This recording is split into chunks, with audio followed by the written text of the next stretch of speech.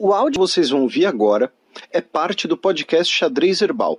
Caso vocês queiram ouvir mais sobre esse assunto e outros temas de política internacional, é só ir em xadrezverbal.com.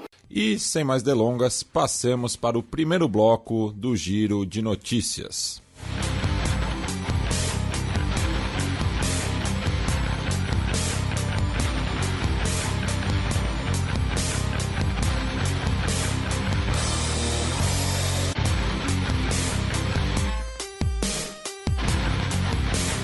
Giro de Notícias.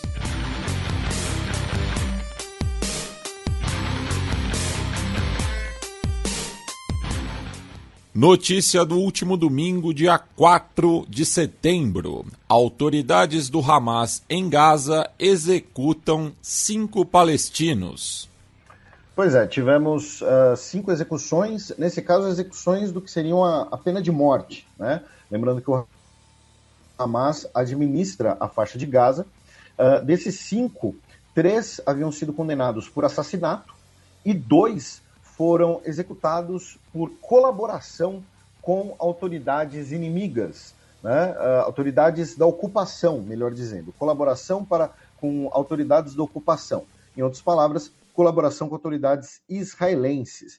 Tá? O documento do Hamas disse que os 5 acusados tiveram todo o direito à defesa, foram julgados de acordo com os parâmetros da administração do Hamas em Gaza. E com isso a gente inicia com um breve giro de notícias, tanto da Palestina quanto de Israel. No último dia 4 de setembro também, 6 soldados palestinos ficaram feridos quando um ônibus foi atacado perto de Nablus, tá, na Cisjordânia. O ônibus foi atacado por 2 pessoas, tá, que foram depois capturados, ambos de nacionalidade palestina.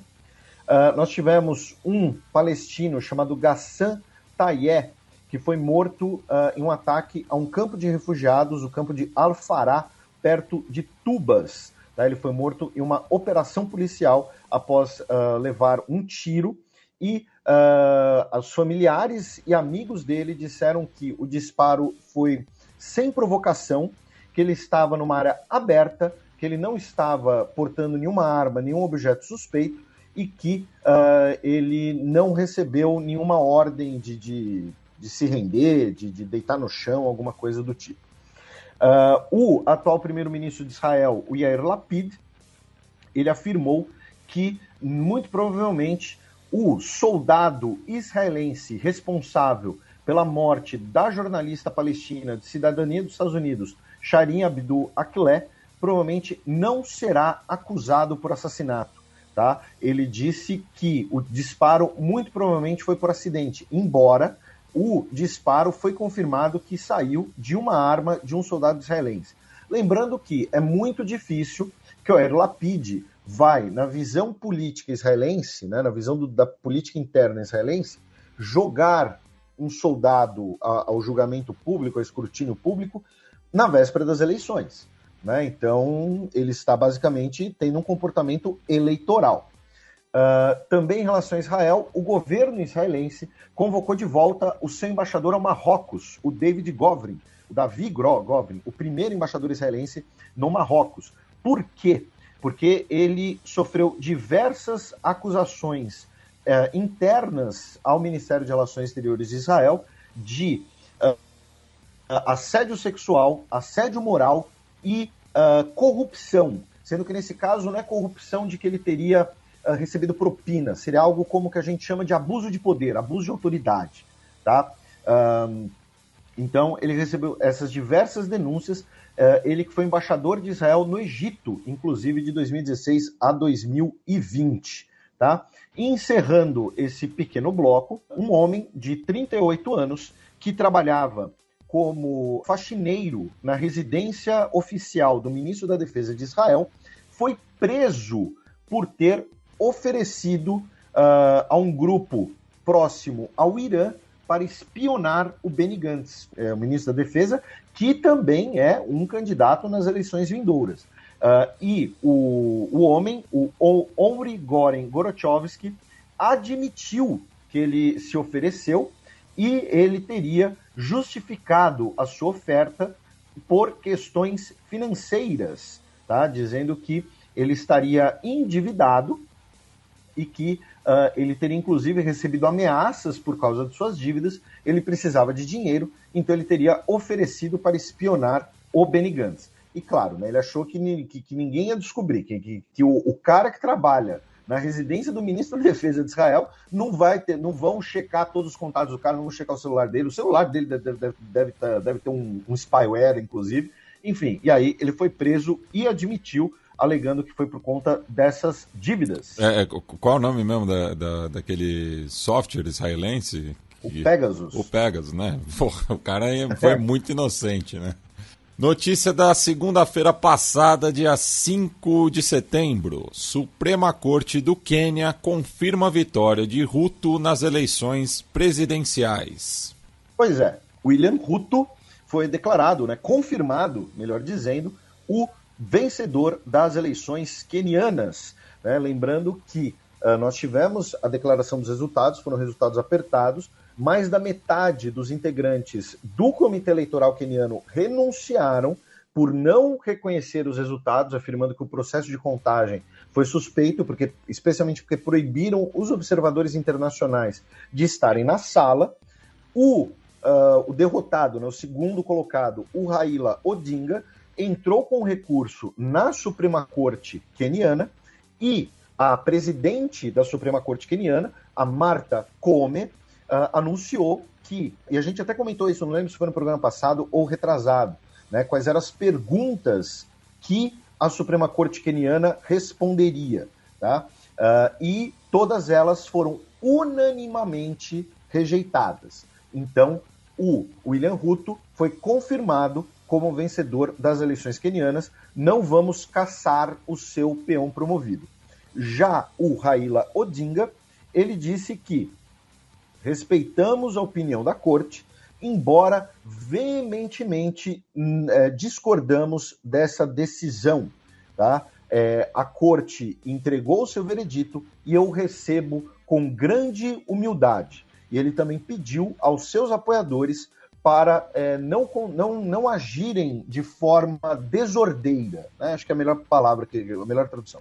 Né? Não agirem de forma desordeira, ou seja, não é nem falando apenas de violência, mas também, por exemplo, sei lá, de barricadas, saques, depredar propriedades, coisas desse tipo. Ele pediu para os seus apoiadores não agirem de forma desordeira. Ainda pensando aqui no parte do continente africano, né, a gente também vai passar em outras notícias do Giro de Notícias pelo continente africano, pelo menos 19 pessoas foram mortas na Somália em um ataque do Al-Shabaab, e o ataque destruiu diversos caminhões com alimentos que estavam sendo distribuídos na região pelo Programa Alimentar da ONU. Tá? E junto com isso, infelizmente, a Unicef soltou um relatório afirmando que pelo menos 700 crianças morreram em centros de nutrição na Somália, tá? Devido à desnutrição aguda, malária, cólera e também até mortes por sarampo e catapora também. Esse número é entre janeiro e julho de 2022, tá, gente? Não é um número acumulado nem nada. Tá? Então, infelizmente, é uma situação bastante complicada, agravada por 5 anos de seca já na Somália. Né? Óbvio que não é apenas a seca. O Xadrez Herbal é um programa que sempre fala da África, a gente já falou muito do Al-Shabaab por aqui, falamos já do contexto somali, junto com isso que nós temos a seca. Por outro lado, no Chad, ali perto, nós tivemos as chuvas mais torrenciais em 30 anos, que deixou cerca de 70 mil pessoas desabrigadas, inclusive pessoas em regiões da capital, devido às cheias dos rios. Tá? Várias ruas da capital do Chad, inclusive, ficaram debaixo d'água. E, finalmente, o Mali libertou 3 soldados marfinenses que estavam sob custódia do Mali. Recordando o que aconteceu, né? O Mali expulsou a maior parte das forças estrangeiras que estavam agindo no país sob bandeira da ONU ou sob a missão militar francesa. No caso da missão militar da ONU, o Mali não tem como simplesmente expulsar todos, sem causar uma crise política. Então, o que o Mali tem feito é interromper a rotação de tropas. Então, o soldado vai embora, o soldado que chega para substituir ele, o Mali não deixa entrar. Então, algumas semanas atrás, 49 soldados marfinenses haviam sido detidos sob a acusação de que entraram ilegalmente armados no país. Agora, 3 deles foram libertos, 46 continuam sob a custódia do Mali. Notícia da última terça-feira, dia 6 de setembro. Exército paquistanês rebate comentários difamatórios do ex-primeiro-ministro. O Imran Khan, ele tem sofrido um processo de perseguição política, sim, tá? Ele esteve, assim, o Imran Khan, a gente citou a aparição dele e de pessoas da família dele em documentos, né, nesses grandes vazamentos. O Imran Khan tinha uma relação ruim com o parlamento, especialmente com as lideranças, entre aspas, tradicionais paquistanesas. Ele tem sofrido uma perseguição política, não vou dizer que ele sofreu um golpe, porque é um regime parlamentarista, ele sofreu um voto de desconfiança. Agora, ele deu provavelmente um tiro no pé. Por quê? Porque nós temos um Fronteiras Invisíveis sobre história do subcontinente indiano, que a gente precisa se aprofundar mais, a gente já comentou isso aqui. E a história do Paquistão, o grande ator político da história paquistanesa são as Forças Armadas, o Exército. O Exército não é apenas um ator de Estado, ele também é um ator político. A história paquistanesa é marcada por diversos golpes militares, inclusive. E o Imran Khan, ele afirmou que o atual governo paquistanês e o exército, estariam conspirando ali para a nomeação de um novo chefe, um novo comandante do exército, que seria uma pessoa próxima ao governo, ou seja, não seria uma figura neutra, não seria um militar neutro, seria um militar partidário. E aí, o próprio comando do exército rejeitou essas acusações, disse que ficaram surpresos, que elas são difamatórias, desnecessárias e que estão tentando escandalizar o processo de escolha do comandante do Exército. Não é nem o comandante do Exército, o comandante do Estado-Maior do Exército. E esses comentários não seriam no interesse nem do Paquistão, nem da instituição. Então, quando eu digo que é um tiro no pé, porque o Imran Khan tem muitos apoiadores populares. Você tem um governo tecnocrata hoje no Paquistão que não tem tanto apoio popular assim. Mas agora, muito provavelmente, ele vai ter o apoio das Forças Armadas, que, repito, esse grande ator político da história recente paquistanesa. E o Imran Khan também vai responder a mais acusações na justiça, agora sobre desacato. Desacato, assim, tirando o cara que, sei lá, que tenta bater num policial, ou, sei lá, tacar uma cadeira no juiz, desacato muitas vezes é utilizado, como ali uma maneira de você silenciar alguém. Então, enfim. E, infelizmente, o Paquistão continua com diversas regiões debaixo d'água, depois daquelas chuvas torrenciais. Boa parte do território paquistanês fica no Vale do Rio Indo, 30% do território paquistanês chegou a ficar debaixo d'água, e tem uma grande preocupação agora, que é o seguinte, é o Lago Manchar, tá? Parece mancha, em português, porque ele estaria, o lago ele estaria sobrecarregado de tanta água e tem um risco do lago simplesmente, de algumas margens do lago simplesmente desabarem, desmoronarem, melhor dizendo, e essa água ser então levada para outras regiões. E é um lago que fica numa região relativamente alta, tá? Ele não é, porque parece estranho, um lago, as margens dele vão colapsar. É um rio que fica numa região alta, então pode levar a mais problemas ainda em relação à chuva.